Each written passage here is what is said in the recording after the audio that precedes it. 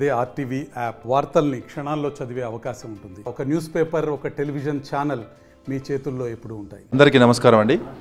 మేము భారత రాష్ట్ర సమితి నుంచి ఈరోజు నల్లగొండ జిల్లా చేనేత మరియు జౌళి శాఖ అధికారికి పౌర్లూమ్ కార్మికులకు ఏదైతే రాష్ట్ర ప్రభుత్వం ప్రవేశపెట్టినటువంటి నేతన్న పొదుపు పథకం సంబంధించి దరఖాస్తు చివరి తేదీని పొడిగించమని జిల్లా అధికారికి వినతి పత్రం ఇవ్వడం జరిగింది. ఎందుకంటే చాలామంది అర్హులైనటువంటి పౌర్లూమ్ కార్మికులు ఈ యొక్క పథకానికి దరఖాస్తు చేసుకోవడంలో కొన్ని సాంకేతిక కారణాల వల్ల ఆలస్యమైంది. ఆ యొక్క ఆలస్యం అయింది కాబట్టి చాలామంది ఈ యొక్క పథకానికి అనర్హులుగా ఉండకుండా అర్హులైనటువంటి వాళ్ళు ఎవరైతే ఉన్నారో ఆ లబ్ధిదారుల సంఖ్యను పెంచే విధంగా రాష్ట్ర ప్రభుత్వం చర్యలు తీసుకోవాలని కోరుచు జిల్లాధికారికి ఈ యొక్క దరఖాస్తు చివరి తేదీ అయితే ఉందో దాన్ని పొడిగించమని కోరడం జరిగింది. వెంటనే అధికారి గారు స్పందించి ఒక 10 రోజుల వరకు దరఖాస్తు చేసుకోమని మనకు అవకాశం ఇవ్వడం జరిగింది. మరి అదేవిధంగా రాష్ట్ర ప్రభుత్వాన్ని ఒక చిన్న రిక్వెస్ట్ చేస్తూ ఉన్నాం. ఈ యొక్క గత ప్రభుత్వం వచ్చేసి 36 నెలలు ఈ యొక్క స్కీమ్ ఉంటే ఈ యొక్క ప్రభుత్వం వచ్చేసరికి 24 నెలలు చేసింది. మేము ఒకటే రిక్వెస్ట్ చేస్తూ ఉన్నాం, ఈ యొక్క 3 సంవత్సరాలు ఉన్నటువంటి స్కీమ్ని మళ్ళీ తిరిగి 3 సంవత్సరాల స్కీమ్గా పునరుద్ధరించాలని కోరుతూ, మరి దీనికి సంబంధించి జియో ట్యాగింగ్ లేనటువంటి వారందరికీ కూడా జియో ట్యాగింగ్ చేసి, అదేవిధంగా అర్హులైనటువంటి వారికి ప్రతి ఒక్క జియో ట్యాగింగ్ సంబంధించి జియో ట్యాగింగ్ పూర్తి చేసి ఆ యొక్క ప్రక్రియ, దాంతోపాటు ఆ దరఖాస్తు చేసుకున్నటువంటి వారు ప్రతి ఒక్కరికి కూడా లబ్ధి చేకూరే విధంగా ఒక పౌరులకు సంబంధించి దానికి సంబంధించి కండలు అతికేవారు కానీ, కండలు పట్టేవారు కానీ, అచ్చులు అతికేవారు కానీ, అదేవిధంగా ఆ యొక్క నేతన్న నేసినటువంటి బట్టల్ని దాన్ని ప్రాసెసింగ్ చేయడం, గంజిలో కానీ బ్లీచింగ్లో కానీ ప్రాసెసింగ్ చేసి దాన్ని ఆరబెట్టి దాన్ని మడతపెట్టి దాన్ని మార్కెట్కి పంపడానికి ఇవన్నీ కూడా బ్యాక్ అండ్ వర్క్ ఉంటుందండి. కాబట్టి ప్రతి ఒక్కరికి కూడా ఈ యొక్క పథకంలో లబ్ధిదారులుగా చేయమని మేము కోరుతా ఉన్నాం. ఎందుకంటే ఆకలి చావులు ఆత్మహత్యలు లేని తెలంగాణని మనం చూడాలి అంటే, నేతన్నలకు లబ్ధి చేకూరాలి అంటే గత ప్రభుత్వం ప్రవేశపెట్టినటువంటి బతుకమ్మ చీరలకు సంబంధించిన పథకం ఏదైతే ఉందో దాన్ని పునరుద్ధరించండి. అదేవిధంగా బకాయిలు ఏదైతే ఉన్నాయో చేనేత వాళ్ళకి కానీ పౌర్లూమ్ వాళ్ళకి కానీ వాటిని వెంటనే విడుదల చేయండి. అదేవిధంగా కొత్త స్కీమ్స్ తీసుకురండి. వర్క్షెట్స్ కానీ పౌర్లూమ్ కార్మికులు కానీ నేతన్నలు కానీ వర్క్షెట్స్ కానీ సబ్సిడీలు కానీ తర్వాత యారెంట్ సబ్సిడీ కానీ పెంచండి. ఎందుకంటే అర్హులైనటువంటి వారికి మనకి ఇందిరమ్మ ఇల్లు ఇవ్వండి.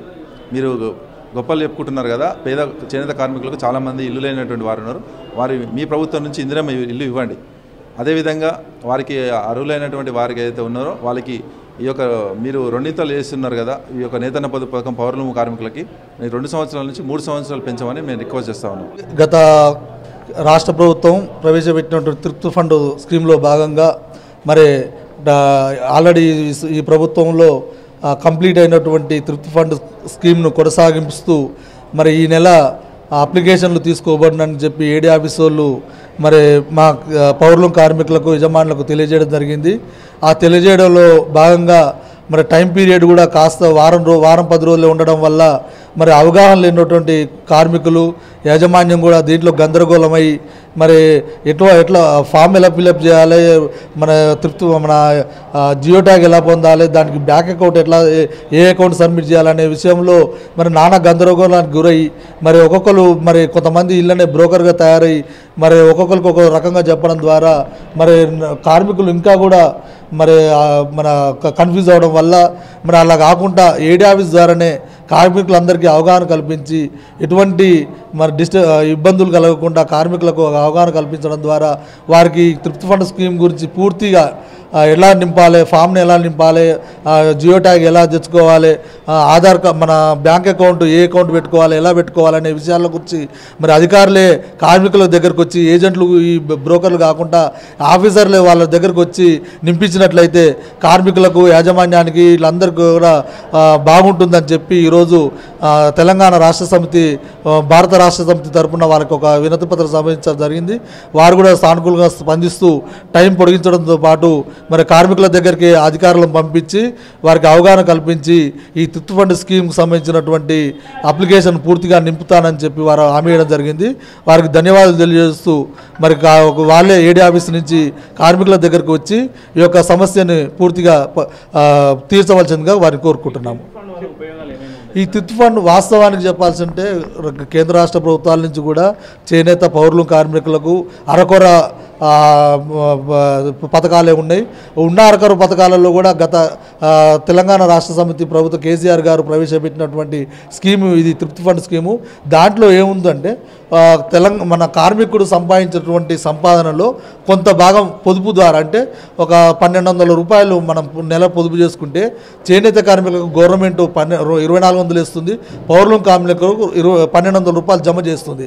ఆ అమౌంట్ ఒక 3 సంవత్సరాల తర్వాత పూర్తిగా ఈ యొక్క కార్మికుడు ఎవరైతే పొదుపు చేసుకున్నారో వాళ్ళకు ఆ యొక్క బెనిఫిట్ ఉండేది. అంటే దాదాపు అవసరానికి 3 ఏళ్ల తర్వాత వారికి అవసరానికి పనికొచ్చే విధంగా పొదుపు పథకం అది ఒక ఉన్న పథకాలలో సరే పొదుపు ఇవాళ రేపట్లో వేరే పొదుపు చేయమంటే వాళ్ళు చేయట్లేరు.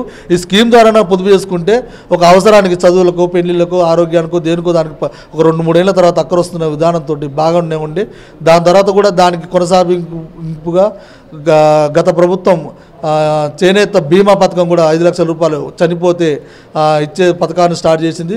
ఇప్పుడు రేవంత్ రెడ్డి ప్రభుత్వం కూడా దాన్ని కొనసాగిస్తూ ఏజ్ లిమిట్ లేకుండా ప్రతి ఒక్కరికి ఈ చేనేత బీమా పథకాన్ని కూడా వర్తింపజేస్తుంది. ఈ 2 పథకాలే ఇప్పుడు మాకు ఉన్నాయి కాబట్టి ఈ 2 పథకాలను కూడా మేము వినియోగించుకోవాలనే అవకాశంతో మేము ఈ తృప్తి ఫండ్ స్కీమ్కు మేము అప్లై చేస్తున్నాం. దీంట్లో కూడా గందరగోళం ఏర్పడడం వల్ల, కొంత కన్ఫ్యూజ్ ఏర్పడడం వల్ల కార్మికులు అయోమయానికి గురవుతారని చెప్పి మేము కోరడం జరిగింది. ఏడీఓ ఆఫీస్ కూడా స్పందించినందుకు ధన్యవాదాలు. భవిష్యత్తులో కూడా కేంద్ర రాష్ట్ర ప్రభుత్వాలు మా పౌర కార్మికులకు ఈ పథకాలే కాకుండా వేరే బతుకు తెరువు పథకాలు ప్రారంభిస్తారని మేము కోరుకుంటున్నాం. ఈరోజు మరి వారు కోరడం ఏమైందంటే, సార్ కొద్దిగా మాకు కూడా ఈ మీరు పెట్టిన కాల వ్యవధి కొద్దిగా పొడిగించండి సార్ కొద్దిగా, ఎందుకంటే కొంతమంది కార్మికులకు తెలియకుండా కొంతమంది పాన్ కార్డులు ఇంకా లేవు సార్, కొంతమంది అకౌంట్స్ ఓపెన్ చేయలేదు సార్, దాని కూడా చేయండి సార్ అని నాకు ఒక వినతి పత్రం సమర్పించడం జరిగింది. కాబట్టి నేను సభాముఖంగా చెప్పడం ఏంటంటే, సరే వాళ్ళు ఇచ్చిన ఇప్పుడు మాకు కూడా కొన్ని రూల్స్ ఉంటాయి, మేము మా హెడ్ ఆఫీస్ ఇచ్చిన ఒక టైం లైన్స్ ఉంటాయి. సరే దానికి నేను ఒక వారం 10 రోజులు మా అంటే ఎక్కువ చేయగలను. ఈ లోపల మీరు బ్యాంకర్స్ కూడా పెట్టమన్నారు. నేను బ్యాంక్ వాళ్ళతో కూడా మాట్లాడుతున్నా, హెచ్డిఎఫ్సి బ్యాంక్ వాళ్ళతో మాట్లాడుతున్నా. వాళ్ళందరూ కూడా అక్కడ వచ్చి వాళ్ళు అక్కడ క్యాంపులు లెక్క వేసి మీకు అకౌంట్స్ ఏమైనా ఉంటే వాళ్ళు తీసుకుంటారు.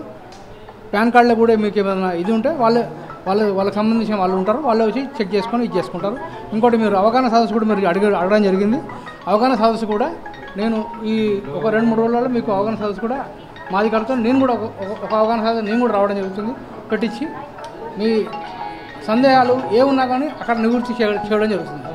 మరిన్ని వీడియోస్ కోసం ఛానల్ ని సబ్స్క్రైబ్ చేయండి, లేటెస్ట్ అప్డేట్స్ కోసం వాట్సాప్ ఛానల్ ని ఫాలో చేయండి అండ్ లింక్ డిస్క్రిప్షన్ లో ఉంది.